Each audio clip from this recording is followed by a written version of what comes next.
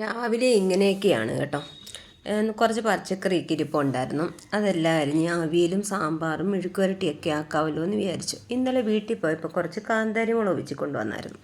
അങ്ങനെ പിന്നെ അതൊക്കെ ഇട്ട് വെക്കാമല്ലോ എന്ന് ഞാനങ്ങ് കരുതി. അങ്ങനെ സാമ്പാറിനെല്ലാം അരിഞ്ഞടപ്പത്തോട്ട് വെച്ച് അവിയലിനും വേറൊരു കുക്കറിനകത്ത്. എൻ്റെ കുക്കറെന്ന് വെച്ചാൽ 2 കുക്കറും ഒരു അടപ്പുമാണ് കേട്ടോ. ഒരു ഓഫറിന് എവിടുന്നോ വാങ്ങിച്ചതാണ്, എനിക്ക് ഓർമ്മയില്ല കേട്ടോ. അങ്ങനെ പിന്നെ അതൊക്കെ റെഡിയാക്കി സെറ്റാക്കി വെച്ചപ്പം നമ്മുടെ അവിയലിന് തേങ്ങയാണമായിരുന്നു. തേങ്ങ അങ്ങനെ പൊട്ടിച്ച്, പിന്നെ ഇവിടെ വെള്ളം കുടിക്കാൻ പ്രത്യേകിച്ച് ആരുമില്ല, ഞാൻ തന്നെ ആ വെള്ളം കുടിച്ചു. റിച്ചുക്കുട്ടിന് അങ്ങനെ വലിയ താല്പര്യമൊന്നുമില്ല തേങ്ങാ വെള്ളം വേണമെന്ന്. അങ്ങനെ പിന്നെ ഇടയ്ക്കൂടെ ഞാൻ രാവിലെ ഇഡ്ഡലിക്കായിരുന്നു വെച്ചിരുന്നത്. അതുകൊണ്ടാണ് സാമ്പാർ ഉണ്ടാക്കാമല്ലോ എന്ന് വിചാരിച്ച് അങ്ങനെ രാവിലെ സാമ്പാറാക്കിയത്. അങ്ങനെ ഇഡ്ഡലി പുഴുങ്ങാനായിട്ട് എല്ലാം വെക്കുകയും ചെയ്തു. പിന്നെ ആ സമയം കൊണ്ട് തന്നെ എനിക്ക് ഭയങ്കര ഇഷ്ടമാണ് മെഴുക്കുവരട്ടി. അങ്ങനെ മെഴുക്കുവരട്ടി 2-3 കുറച്ച് പയറേ ഉള്ളായിരുന്നു, അത്യാവശ്യം പയർ മാത്രമേ ഉള്ളായിരുന്നു.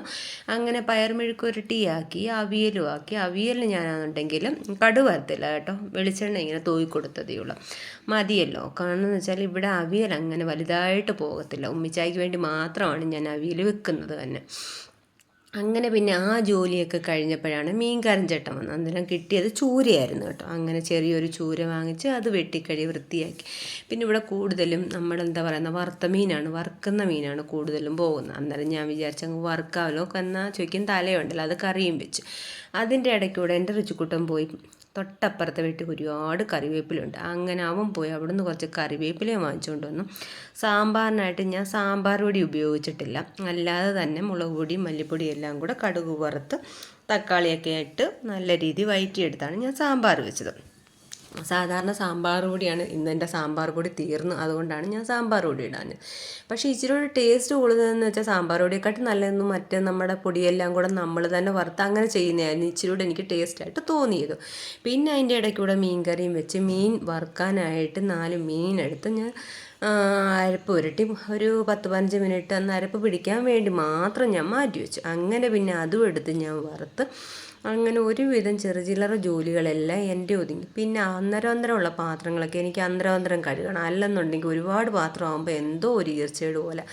അതെനിക്ക് ഇപ്പോൾ തുടങ്ങിയൊരു ശീലമായി. അന്നേരം എടുക്കുന്ന പാത്രം പിന്നെ അവിടെ ഒന്നും വൃത്തികേടായിട്ട് കിടക്കുന്നതൊന്നും എനിക്കിഷ്ടമല്ല. അങ്ങനെ പിന്നെ ഞാൻ എല്ലാം നല്ല രീതിയിൽ സെറ്റാക്കി. പിന്നെ ഇഡ്ഡലി ഉണ്ടാക്കിയത് സാധാരണ ഞാൻ ഇഡ്ഡലിയുടെയും ഉഴുന്നും അരിയും കൂടെ ഒരുമിച്ചൊക്കെ ഇട്ടാണ് വെക്കുന്നത്. പക്ഷെ ഞാൻ ഇന്നലെ ഇഡ്ഡലിക്കായിട്ട് സെപ്പറേറ്റ് ആയിട്ടാണ് 2 പാത്രത്തിലാണ്ടാണ് ഇഡ്ഡലിക്കുള്ള അരിയും ഉഴുന്നും വേറെ ഇട്ടത്. പിന്നെ അതുകൊണ്ട് നല്ല സ്മൂത്തായിട്ടുള്ള ഇഡ്ഡലിയായിരുന്നു കേട്ടോ. പിന്നെ അതിനുശേഷം റിച്ചുക്കുട്ടിന് കൊടുക്കാൻ വേണ്ടിയെല്ലാം എടുത്തൊക്കെ വെച്ച്. അവന് ഉച്ചയ്ക്കായിരുന്നു പരീക്ഷ, ഉച്ചയ്ക്ക് കൊണ്ടുവിടുകയും വേണം. അങ്ങനെ പിന്നെ ഞങ്ങൾ ചോറ് കഴിക്കാനായിട്ടൊക്കെ ഇരിക്കുകയും ചെയ്തു.